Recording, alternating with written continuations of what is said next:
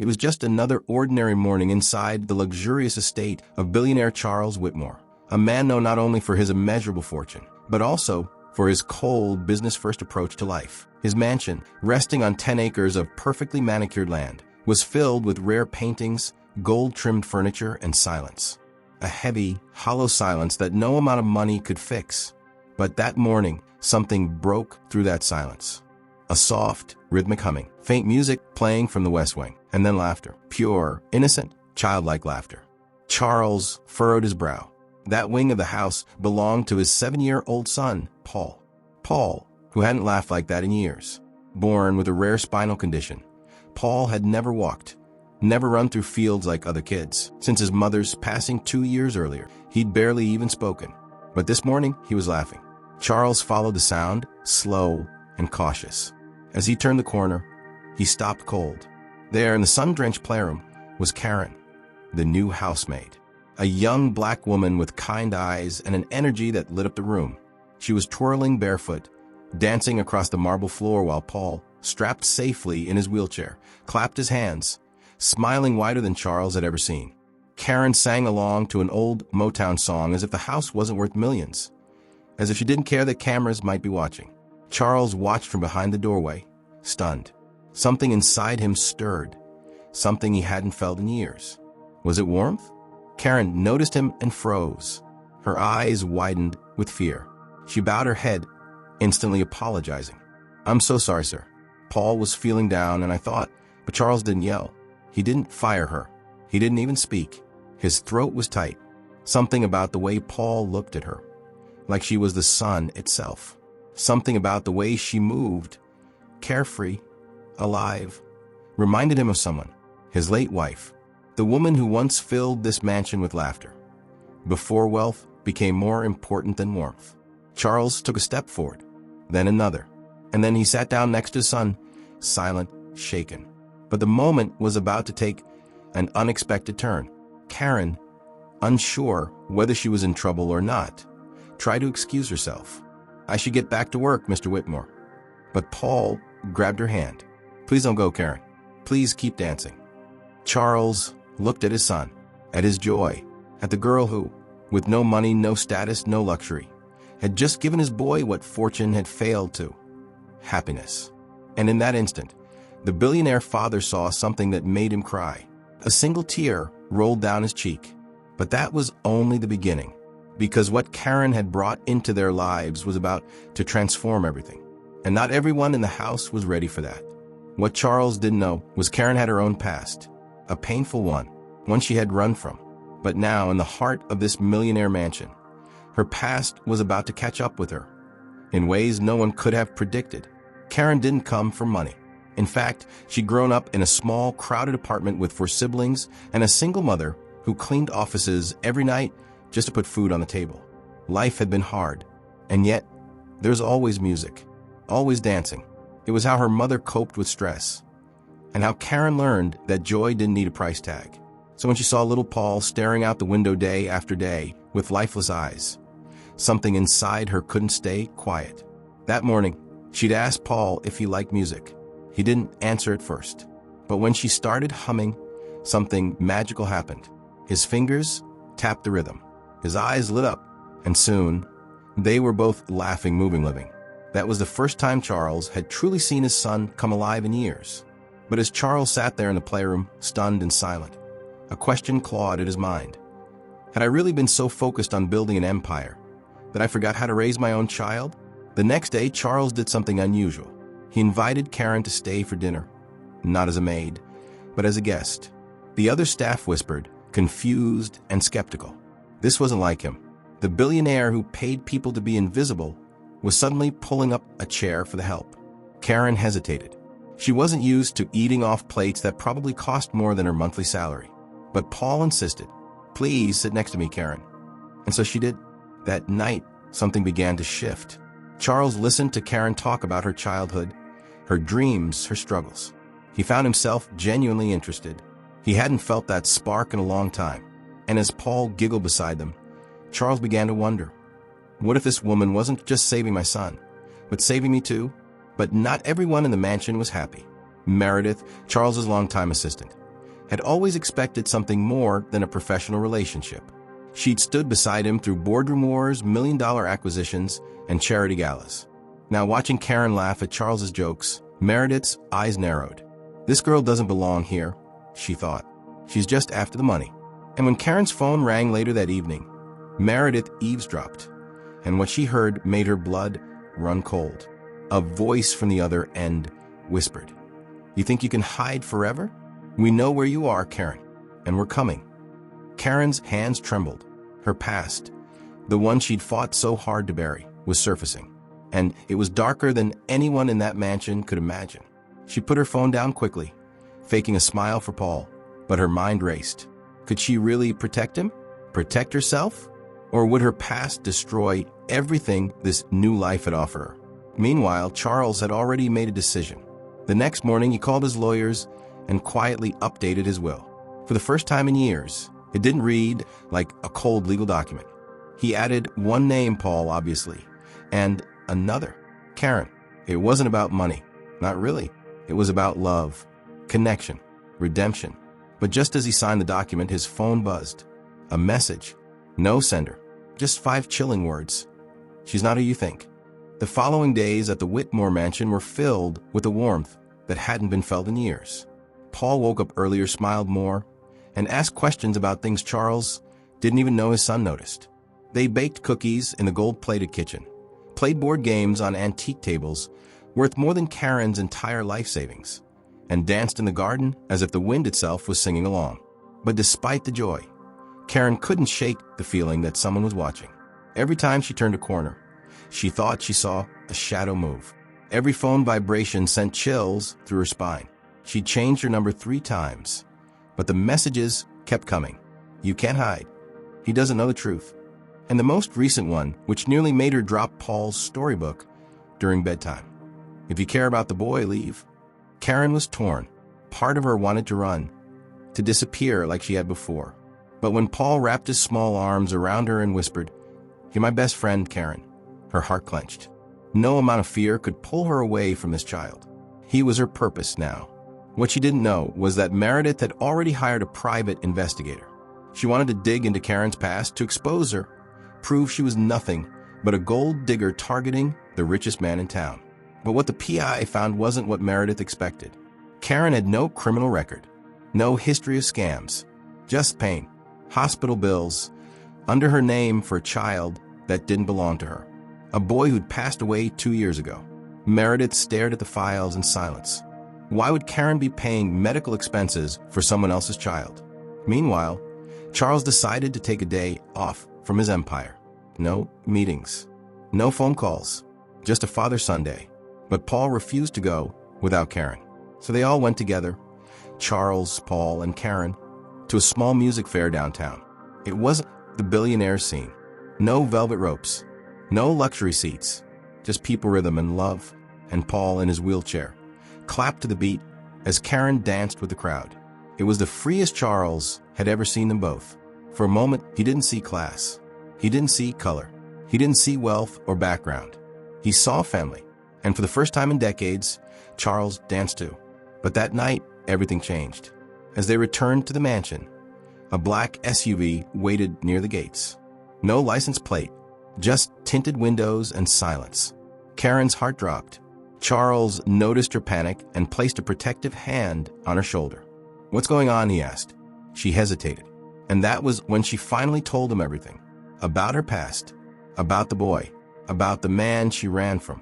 A man she once trusted who had dragged her into debt, used her identity for medical fraud, and threatened her life when she tried to escape. She changed her name, started over, and applied for a job at the mansion because she thought no one would ever find her there. Charles listened, jaw tight, angerizing. Not at Karen, but at the idea that anyone had tried to destroy someone who gave so much without asking for anything in return. "You're safe here," he said. "No one will touch you." But just as he spoke, Paul let out a scream. The lights in the mansion cut out. The alarm started to blare, and the front door was wide open. Panic surged through the mansion like a wave crashing against glass. Charles ran toward Paul's room while shouting for security. Karen grabbed the boy and shielded him with her body, heart pounding, mind spinning. The lights flickered, the alarm continued to scream, and a voice echoed from the hallway. Deep, cold, unmistakable. "You thought you could hide from me, Karen?" It was him, Marcus, the man she once loved, the man who dragged her into a nightmare of forged documents and illegal debts, the man who vanished when she tried to report him, only to resurface now, in the middle of the richest house in the city. Charles stepped into the hallway and came face to face with the intruder. His voice was low but firm, filled with a billionaire's authority and a father's fury. "You're trespassing. Leave now." But Marcus just smirked, his eyes fixed not on Charles, but on Karen and Paul. Charles was a man who had faced down CEOs, lawsuits, and corporate coups. But this was different. This was personal. He stood between Marcus and his family, because that's what Karen and Paul had become to him. Marcus moved forward, but security burst in just in time, subduing him before he could take another step. The police arrived minutes later. Handcuffs clicked. Flashing lights painted the mansion walls in red and blue. And as Marcus was dragged out, he screamed, "You'll regret this, Karen. You owe me." She didn't flinch this time. She didn't look away, because for the first time in her life, she wasn't running anymore. After the chaos settled, Paul clung to Karen, trembling. "Will he come back?" he asked. Karen knelt down, wiped his tears, and whispered, "Not while I'm here, sweetheart. Not ever again." Charles, standing beside them, felt something shift deep within. He had all the money in the world, private jets, gold cufflinks, estates in 3 countries. But none of it had ever made him feel what he felt in that moment. Peace. Karen wasn't just a maid. She was a shield, a light, a survivor. And Paul? Paul was no longer the fragile boy staring out the window. He was a fighter too. But not everyone celebrated their victory. Meredith was furious. Her plan to expose Karen had backfired. Not only had Karen's truth earned Charles's admiration, but now the entire household rallied around her. Even the mansion staff, who once kept their distance, now smiled when she passed. She was no longer just a maid. She was the heart of the house. Still, Meredith wasn't ready to give up. She confronted Charles the next morning, desperate. "She's not one of us. She doesn't belong here. What will people say when they find out you're protecting a woman with that kind of history?" Charles looked at her, calm and clear. "Let them talk. I've spent my life buying silence. Maybe it's time I start standing up for something real." Days passed. The mansion healed. Paul returned to his joyful routines, even learning to play piano with one hand while Karen sang. Charles started working less, attending Paul's therapy sessions and even organizing a charity gala to support children with disabilities. He used his fortune to build something meaningful, something lasting. And through it all, Karen stayed by their side. The woman who had once cleaned his floors had now swept into his life and shown him what real wealth looked like. Family, love, safety, and truth. But just as the story seemed to reach its peaceful chapter, an envelope arrived. No name, just 3 words scribbled in ink. "Check the camera." Charles opened the USB inside, plugged it in, and froze. The footage was grainy but clear enough. A shadowy figure had been inside the mansion days before Marcus broke in. But it wasn't Marcus. It was Meredith. Charles stared at the screen, stunned. There was no mistaking it. The tall figure moving silently through the mansion's east corridor, right where the security system had mysteriously glitched days before, was Meredith. She had used her personal access code, which had somehow never triggered the alarms. Her face was briefly visible when she turned to check if anyone was watching. She wasn't just an angry ex or a jealous socialite. She had helped Marcus get in. Karen stood behind Charles, silent, her face pale. Paul, in the next room, was giggling softly while humming a tune. He had no idea that the woman he once called Auntie had endangered his life.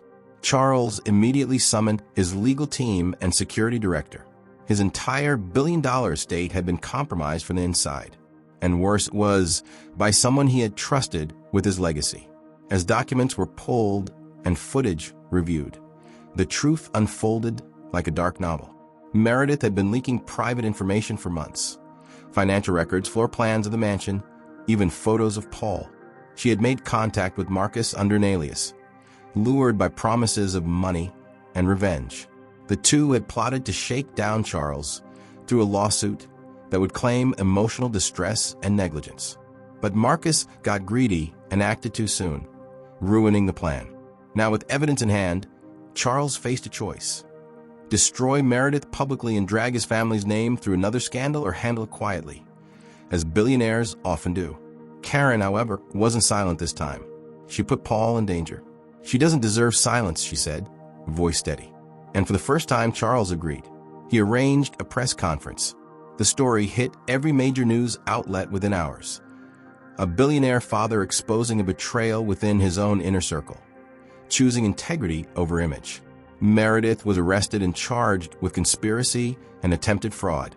And while the media buzzed with headlines like "Billionaire House Betrayal" and made saves heir to the Whitmore fortune, Karen kept her head low, still caring for Paul, still baking his favorite banana muffins, still dancing with him in the garden. That night, Charles sat alone in the Grand Library, a glass of untouched bourbon in his hand. He looked around the room, at the old oil paintings, the shelves of first editions, the silent ticking of $1 million antique clock. All the things he once thought mattered, but they were just symbols. The real treasures were now upstairs. Karen, reading to Paul, their laughter, their survival. He finally realized something. His true fortune wasn't stored in vaults or stock portfolios. It was in the lives he chose to protect. 3 weeks later, Charles made a decision that would shock the entire elite circle. During a lavish charity gala, standing beside Paul and Karen, he announced the formation of the Paul Whitmore Foundation, a global initiative to fund therapy, education, and accessibility for children with disabilities, especially those from underserved communities. He donated $100 million to kick it off. The crowd gasped, and when Karen was introduced as co-founder, dressed in a simple blue gown, her hair pinned up with grace, the applause nearly shook the chandelier above. But the moment that left everyone breathless came just after the gala. Paul looked up at Charles and asked, "Are we a family now?" Charles knelt down, hugged him tightly, and said, "We've always been." Then he turned to Karen. "If you'll have us, I want this to be forever." Karen, eyes brimming with tears, nodded. Not because of the wealth or the mansion or the grand future ahead, but because for the first time she didn't feel like she was surviving. She felt like she was home. 3 months later, the Whitmore mansion didn't feel the same. Not because it lost its grandeur, but because it had gained something richer: warmth. The laughter of a child no longer echoed alone in empty halls, but was joined by Karen's joyful singing as she wheeled Paul through the garden paths lined with spring flowers. Charles had taken a step back from the boardroom chaos, delegating more to focus on his growing family and the Paul Whitmore Foundation, which was now operating in 4 countries, helping thousands of children access therapy and inclusive education. For the first time in his billionaire life, Charles felt like he was building something that didn't just belong to him, but belonged to the world. Karen had adjusted too. From the woman who once cleaned in silence and held her tears behind bathroom doors, she had now grown into a graceful leader, speaking at conferences, mentoring other women who came from poverty, and telling her story with raw honesty. She never dressed in diamonds or designer gowns, not because she couldn't, but because she no longer had anything to prove. Her wealth was in the trust Paul placed in her, the respect Charles gave her, and the lives she was now helping to transform. One afternoon, during a community event hosted at the estate, Paul insisted on performing a piano piece he had been practicing for weeks. Charles, Karen, and hundreds of guests watched as the boy, still in his wheelchair but with a radiant glow, played Claire de Lune, with delicate fingers and deep emotion. His hands trembled in the final notes, but he finished strong. The room went silent, then erupted into applause. Karen cried quietly. Charles stood up and gave him a standing ovation. That performance would go viral the next day, titled "Disabled Heir Plays for Hope, a Billionaire's Legacy Beyond Fortune."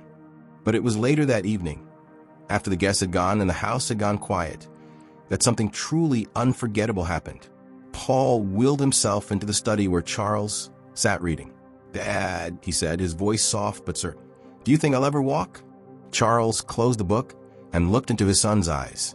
"I don't know," he admitted, "but I know you're already standing taller than most grown men." Paul smiled, and Karen, watching from the doorway, felt a lump in her throat. It wasn't about walking anymore. It was about moving forward, with courage, with grace, and with love. That night, the three sat outside under the stars, wrapped in a single warm blanket.